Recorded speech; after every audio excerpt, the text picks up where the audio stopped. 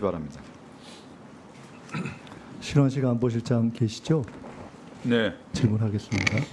지난번에 국방위에서 지금 문제가 됐던 김영현 현재 국방장관 전 경호처장 당시의 불법 회합 당에 대해서 의원들과 질의를 하는 과정에서 질의응답 과정에서 부인하시다가 화를 내시고 사과하셨던 기억이 있고 그래서 그것들을 오늘은 뭐 그런 식으로 안 하고 차분하게 답변해 주셨으면 좋겠습니다. 저희가 10월 17일 날 6번 국감을 하면서 확인했는데 소방사령관의 답에 의하면은 당시 김영현 경호처장이 소집했던 그 세 사령관 불법 회합 이거에 대해서 보고를 안 했다 이렇게 얘기했습니다.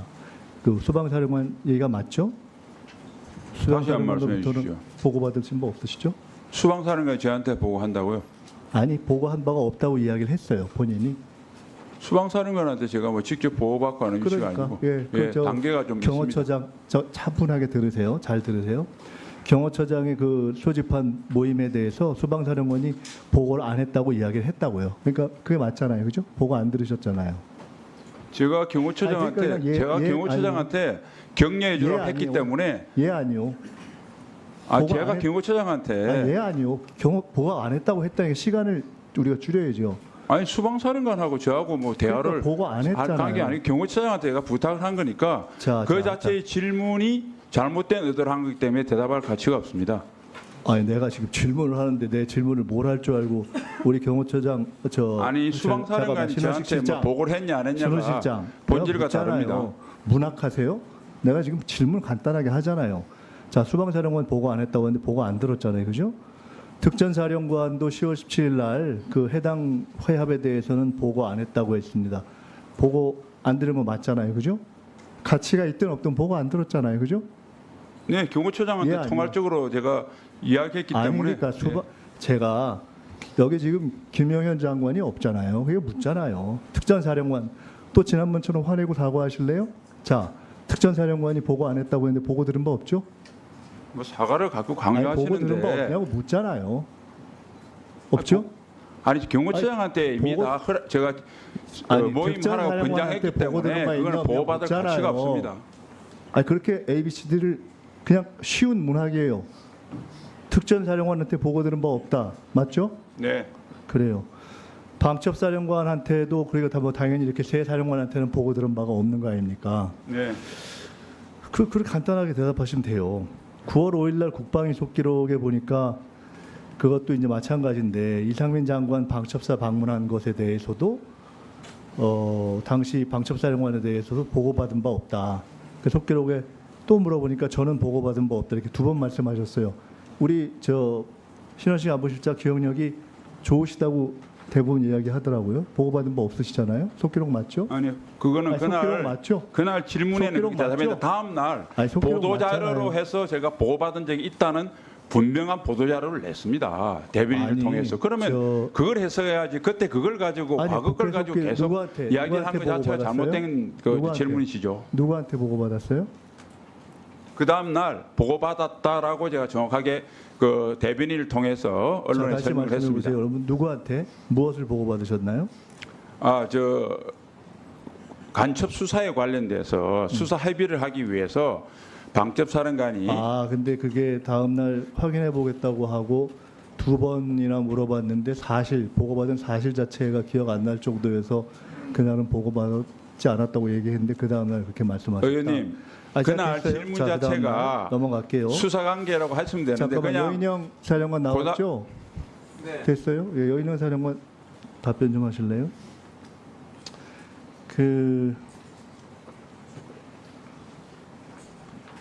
요 시간 좀 빼주시고요. 네, 시간 좀. 우리 안보실장이 답변을 쉽게 하실 수 있는 걸 길게 하셔가지고 시간이 많이 갔어요. 자, 우리 그 문제가 된 모임에 대해서 한남동 한남초등학교에서 환승한 이유에 대해서 이성건 의원이 정보위에서 질의할 때 등록 안 된 차량이어서 대통령 경호 지역에 들어가기 전에 환승한 거다라는 질문에 대해서 부정 안 하셨죠? 보안구역에 부정했어요, 들어가야 안 되기 했어요? 때문에 경호처 부정했어요, 통제에 안 따라서 했어요? 이동을 한 겁니다. 아니, 부정했어요, 안 했어요? 무슨 부정을 속기록상 합니까? 부정이 없잖아요. 무슨 부정을 합니까? 이성건 의원이 네. 한남도 한남초등학교에서 차 갈아탄 것에 대해서 박선원 의원이 질의하니까 그 이성건 의원이 그걸 도와주는 취지에서 이게 등록 안 된 차량이어서 대통령 경호 지역에 들어가기 전에 환승한 것으로 보인다 이렇게 하는 거에 대해서 부정 안 하셨잖아요. 제 기억이 맞다면은 속기록에- 이성근 의원님 대답에 제가 부정을 한 기억은 없고 저는 됐어요. 일관되고 됐다고. 확인해드릴 수 없다고 됐다고요. 내가 말씀드렸습니다. 부정 안 했냐고 물어봤어요. 그러니까 그냥 간단하게 답변하세요. 그 얘기는 다시 하면은 해당 회합은 보고를 했건 안 했건 그것은 우리가 진실을 알 수 없으나 사전에 차량 등록 자체가 안 된 회합이라는 것을 확인하는 것인데 지금 당시에는 요 해당 것에 대해서 우리 신원식 안보실장께서 지난 속기록에 있는 답변을 할 때에는 2번이나 보고받은 바 없다고 하셨다가 그 다음 날에 이제 보고받았다고 보도자료를 내셨다고 하는데 서면 보고 하신 적 있어요? 지금 의원님 말씀이 서면 보고 있어요. 경호처장 간단하게. 공간 모임을 간단하게. 말씀하시는지 그 공간 행안부 모임에 장관 대해서. 말씀하시는 게 서면 헷갈립니다. 보고, 어느 서면 보고 거를 있다 없다. 아니 어느 거를 말씀하시는 거죠? 공간 모임. 행안부 장관을 말씀하시는 공간 모임. 공간 모임이요? 공간 모임은 저는 그건 장관- 없잖아요. 어차피 보고받은 거 없습니다. 없고. 예. 그 다음에 행안부 장관 모임도 서면 보고 한 바는 없잖아요. 그건 구두로 보고 드렸습니다. 아니 그러니까 서면 보고 한 바는 네. 없잖아요. 그리고 저기 지금 거기 전두환 사진이 아직도 걸려 있다면서요. 그것은 아니 그러니까 그게 걸려 있다 없다. 참 설명을 하는 내가 단순한 건 묻잖아요. 있다 없다? 지금 걸려 있고요. 그 김재규 사진은 사진은 걸려 있다 없다? 그 사진도 걸려 아니, 있고 잠깐만. 22년 가을에 제 전임 사령관이 걸어놓은 것이 아니 그러니까 그대로 지금 유지가 돼 전임이 있는 아니라 겁니다. 현 사령관이시죠? 제가 현 사령관이 맞지만 현 사령관이 여러 가지 사실관계를 현재 명확히 근무에 말씀드려야 대해서 되기 때문에 그런 판단하죠. 겁니다. 자 김재규 사진이 걸려 있는 거 맞습니까? 김재규 사진 걸려 있지 않습니다. 걸려 있지 않죠? 네.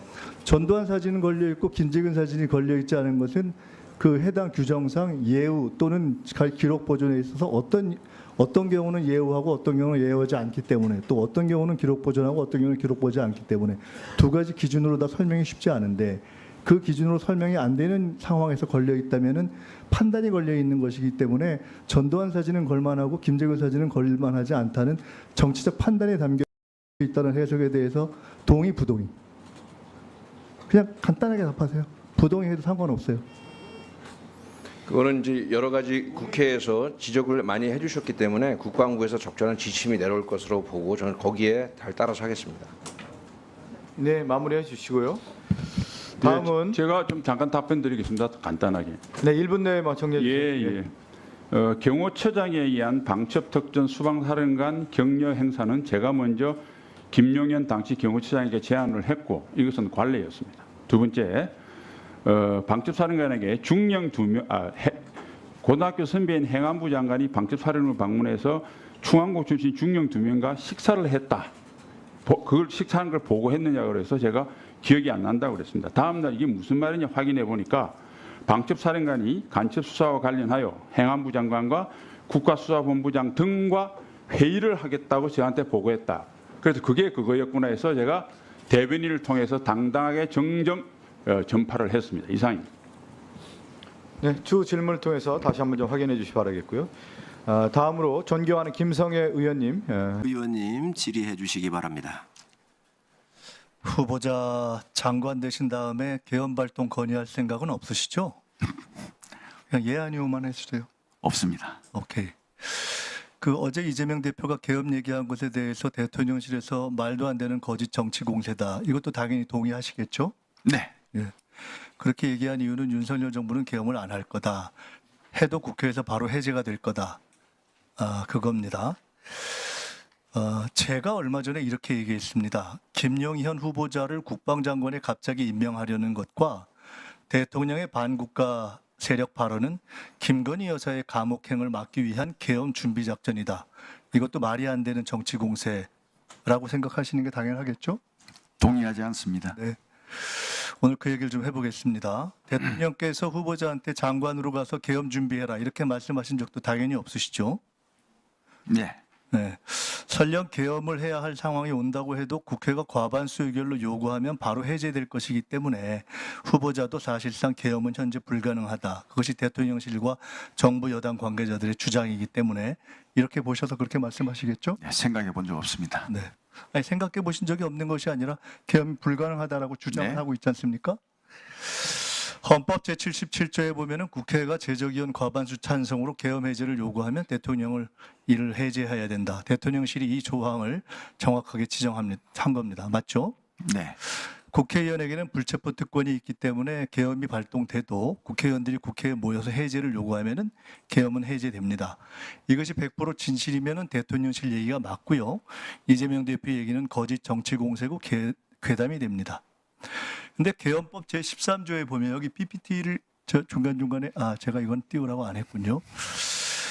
계엄법 13조의 국회의원 불체포 특권을 보면은 계엄 시행 중 국회의원은 현행범인 경우를 제외하고는 체포 또는 구금되지 아니한다 이렇게 돼 있습니다. 그 얘기는 뭐냐면 국회의원들이 계엄법상 현행범으로 현행범입니다. 또는 구금돼서 계엄 해제 의결을 과반수로 만들 만큼 참여하지 못한다면 지금까지의 이야기는 다 바뀌게 되는 것입니다. 이런 상황이 실제로 생긴다면 거꾸로 이재명 대표 이야기는 진실이 되고 대통령실의 이야기는 거짓이 될 수도 있겠죠. 자, 현행범의 정의는 뭘까요? 한번 저기 떠 있지 않나요? 네. 형사소송법상의 현행범 정의가 있습니다. 범죄를 실행하고 있거나 실행하고 난 직후의 사람을 현행범이라고 합니다. 그중에 1. 범인으로 불리며 추적되고 있을 때 4. 누구냐고 묻자 도망하려고 할 때 형사소송법상 현행범의 정의입니다. 후보자께서 혹시 이거 말고 대한민국에서 현행범의 다른 정의를 알고 계신 거 없죠? 네, 처음 봤습니다. 네. 현행범은 범죄의 내용이 규정이 안 돼서 대단히 폭넓게 적용 가능한 개념입니다. 가령 누가 김건희 여사가 감옥에 안 가려고 계엄을 하자 그랬다더라. 이렇게 하면은 유언비어를 유포한 현행범이 되는 겁니다. 그 다음 PPT 한번 볼까요? 지금 저기 있는 대비계획이라는 것은 지금 소위 얘기하는 박근혜 정부의 계엄 문건이 대비계획 세부 자료입니다. 이 중에 13 자료가 떠 있을 겁니다. 2017년에 만들어진 박근혜 정부 계엄 문건 정확한 명칭은 대비계획 세부자료 13은 여소야대가 국회가 계엄 해제를 시도할 경우에 대비한 조항입니다. 그중에 맨 마지막을 보시면 집회 시위와 반정부 정치 활동을 금지한 포고령을 선포하고 위반 시 구속 수사 등 엄중 처리 관련 경고문을 발표해서 합수단은 불법 시위에 참석하거나 반정부 정치 활동한 의원을 집중 검거 후 사법 처리해서 예결 정족수 미달을 유도한다 이렇게 적시되어 있습니다. 후보자께서는 2017년에 이 계엄 문건 작성에 관여하신 적이 당연히 없겠죠? 네, 그렇습니다. 이 문건 작성 사실은 2017년에 아셨습니까? 몰랐습니다. 모르셨겠죠, 당연히. 2017년 당시 후보자는 계급과 직책이 합참작전본부장이었던 것 같은데 맞습니까? 맞습니다.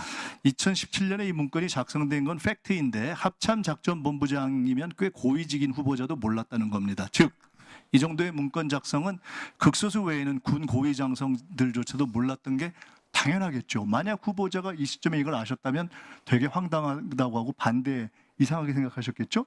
네, 그렇습니다. 그렇겠죠.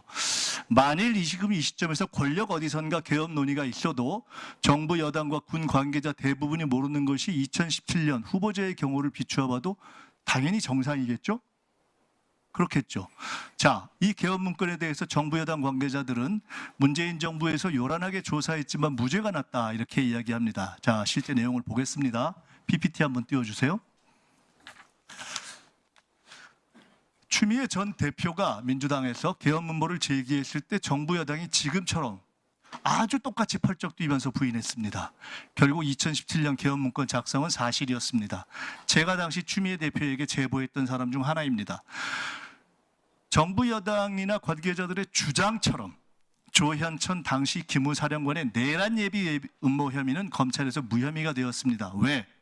문건은 작성되었지만 문건 작성만으로 실질적 내란 위험에 이른 것은 아니다. 이런 이유입니다. 그러나 조현천의 계엄 문건 작성 직권 남용은 현재 1심 재판 중이고 문건을 작성하고 은폐한 기우전과 소강원 당시 기무사 5처장과 610 부대장은 2심에서 유죄를 받았습니다. 그건 아시나요? 모르시나요? 예, 제가 관심을 이렇게 중요한 거 군에서 쿠데타 계엄 음모가 있었던 건데 이거 모르시나요? 이런 거 다 모르나요? 이렇게 중요한 논의가 됐는데 몰라요? 넘어가겠습니다. 이런 부분에 자, 그 다음 관심이 PPT로 없었습니다. 넘어가겠습니다. 네. 띄워주세요. 국가 비상사태가 발생하면 국방부는 계엄 선포 요건을 검토해서 대통령에게 건의하고 국가안보회의와 국무회의 심의를 거쳐 선포합니다. 즉 계엄 선포 검토도 건의도 국방부 장관이 하게 되어 있죠. 이건 아시죠? 네. 자, 그다음 PPT. 헌법 77조와 개헌법 9조에 따르면 비상계엄 선포 시에 체포, 구금, 압수수색, 거주, 이전, 언론, 출판, 집회, 결세에 대해서 국민의 기본권 제한이 가능합니다. 국방부 장관이 검토하고 건의하는 계엄의 중대한 권한입니다. 장관 되실 거니까 이건 아시겠죠? 예. 그다음 PPT 보여주시죠. 박근혜 계엄 문건에 의하면 비상계엄 당시에 사이버 유언비어 차단을 위해서 방통위가 주관하는 유언비어 대응반을 운영하고 시위 선동 등 포고령 위반자가 가입한 포털 사이트 SNS 계정 폐쇄 및 검거 사법 처리한다는 단계적 조치 사항에 나와 있습니다. 네, 제가 기억이 없습니다.